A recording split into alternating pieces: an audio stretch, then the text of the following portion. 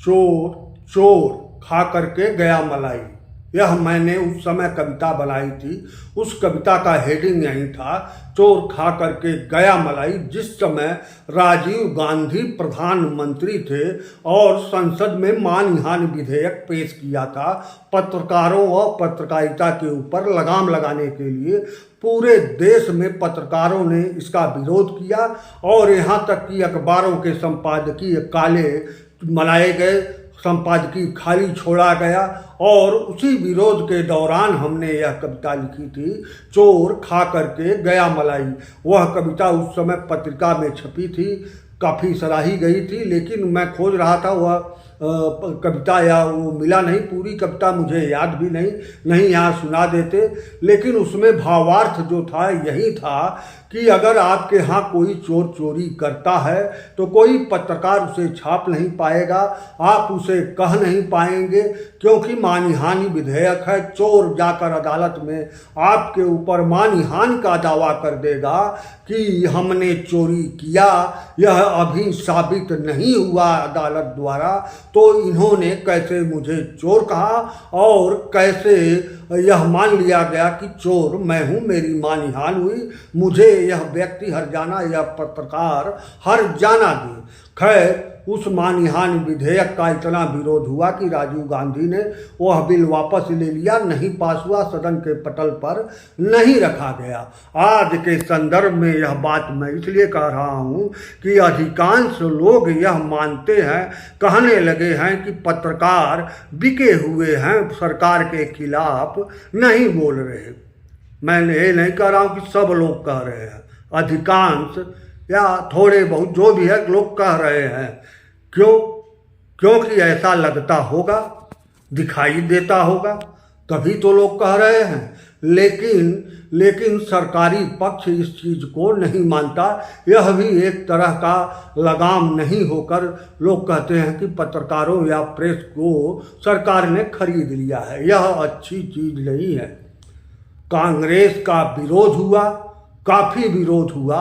यह तो मैं एक उदाहरण दिया, सब कांग्रेस के सरकारों के तमाम कामों का मैं व्यक्तिगत तौर पर काफ़ी विरोध किया, और उसी सामूहिक विरोध का नतीजा है कि भाजपा पूर्ण बहुमत से 2 बार सत्ता में आ चुकी है, कांग्रेस के विरोध करने की वजह से ही।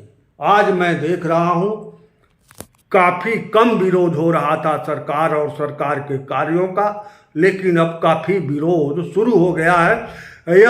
यह बहुमत का ज़माना है। आप जीते हैं तो सरकार चला रहे हैं, हार जाएंगे तो विपक्ष में बैठेंगे, फिर आप सरकार की आलोचना करेंगे, सगड़ी चलाएंगे, रिक्शा चलाएंगे, तमाम तरह के रूप, तमाम अपने कर्मों द्वारा सरकार का विरोध करेंगे। बल्कि आपने इस समय की सरकार ने थोड़ा विरोध के स्वर को चाहे जैसे कम किया है।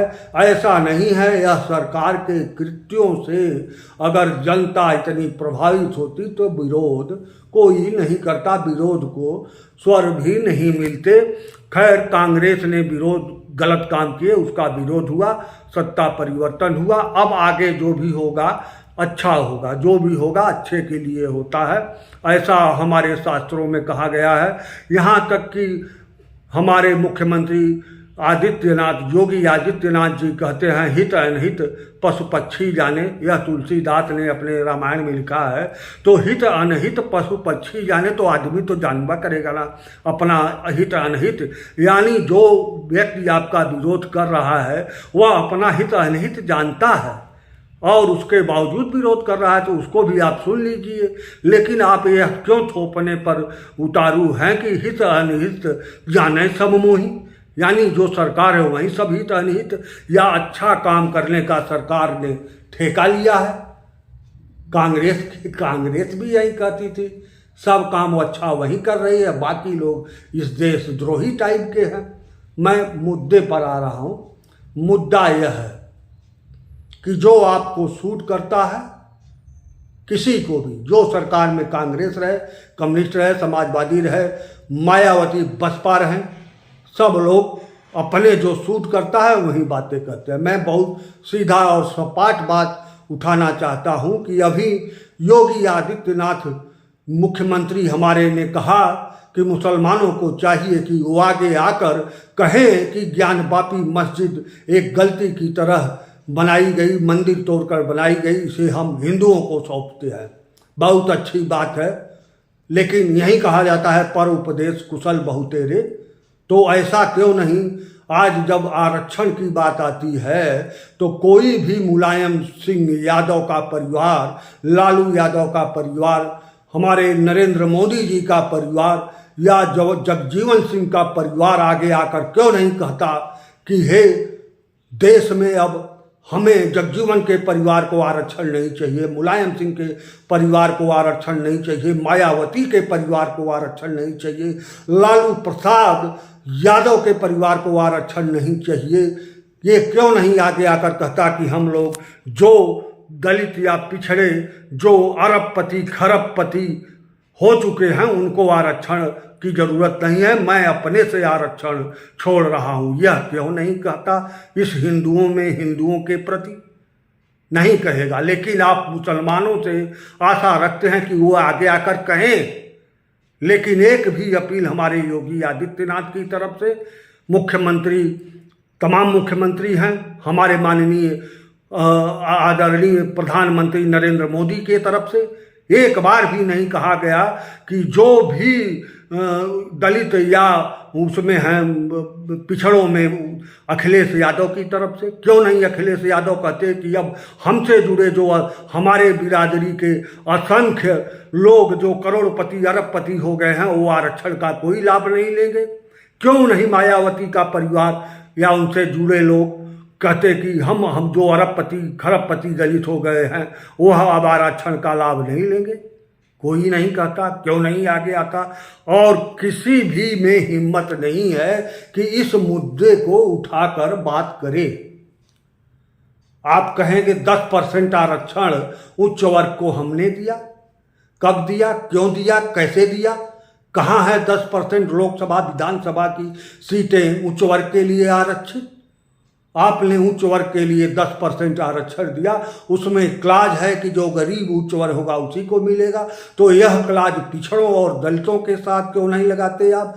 नहीं लगाते, क्योंकि जो आपको सूट करता है वही बातें उठाएंगे। आप मुसलमानों से अपील करते हैं कि ज्ञानवापी छोड़ दीजिए, आप सहृदय दिखाइए, लेकिन आप हिंदू होकर हिंदुओं से कहने की आपकी हिम्मत नहीं है। मंडल आयोग बीपी सिंह ने लागू किया, पिछड़ा प्रधानमंत्री नरेंद्र मोदी राजनाथ सिंह ने लाया, तो क्यों नहीं पिछड़ों और दलितों का कोई नेता गरीब उच्च वर्ग के लिए कोई बात उठाता? नहीं उठाएगा, क्यों नहीं उठाएगा? अब आप स्वयं जाने। जाते जाते मैं एक चीज कहना चाहूँगा कि जो होता है अच्छे के लिए होता है। एक कहानी सुन लीजिए। एक व्यक्ति के पिताजी कुछ लोगों के निगाह में बड़े दुष्ट थे और कुछ लोगों को बहुत सता रहे थे, तो वह कुछ लोग मिलकर उसके पिताजी की हत्या कर दिए। अब कहा जाता है कि ईश्वर जो करते हैं अच्छे के लिए करते हैं, तो पिता की हत्या हो गई तो यह अच्छा कैसे होगा? ईश्वर ने अच्छे के लिए क्यों किया? लेकिन कालांतर में वह व्यक्ति उठा और अपने पिता की हत्या का बदला लेने के नाम पर कुछ अपने जो उसके पिताजी के हत्या किए थे उनके उसमें से कुछ लोगों को उसने स्वयं हत्या किया। लेकिन उसके बाद कुछ लोगों को वह नहीं मार पाया। लेकिन उसके बाद उसने हत्या को व्यापार बना लिया, भाड़े पर हत्याएं करने लगा, चोर बना, डाकू बना, लखेरा बना, और आज वह उसके पास सत्ता है, पैसा है, खरबों का मालिक है। तो उसके पिताजी की हत्या ईश्वर ने अच्छे के लिए किया था। अगर उसके पिताजी की हत्या नहीं होती तो आज उसके पास सत्ता नहीं होती, उसके पास खरबों की दौलत नहीं होती। मैं भी कहूँगा ईश्वर जो करता है अच्छे के लिए करता है। कांग्रेस हटाई गई अच्छे के लिए, नरेंद्र मोदी लाए गए अच्छे के लिए, ये हटाए जाएंगे अच्छे के लिए, योगी आए अच्छे के लिए, मुलायम सिंह भी यहाँ तक किया अच्छे के लिए। ये कारसेवकों पर मुलायम सिंह यादव ने गोली चलवाई, वह भी आज साबित हो रहा है कि अच्छे के लिए किए, और उन्हें पद्म विभूषण या कौन सा सम्मान देकर इस सरकार ने, भाजपा सरकार ने उन्हें सम्मानित किया। इसलिए सम्मानित किया कि आरक्षण लगातार सेवक पर मुलायम सिंह यादव गोली नहीं चलवाते तो आज भाजपा इतने आगे नहीं जाती। धन्यवाद। आप सुनते रहिए, हमारा वीडियो सुनिए, मत सुनिए, क्योंकि मैं मानता हूँ जो भी भगवान ईश्वर करते हैं अच्छे के लिए करते हैं। धन्यवाद।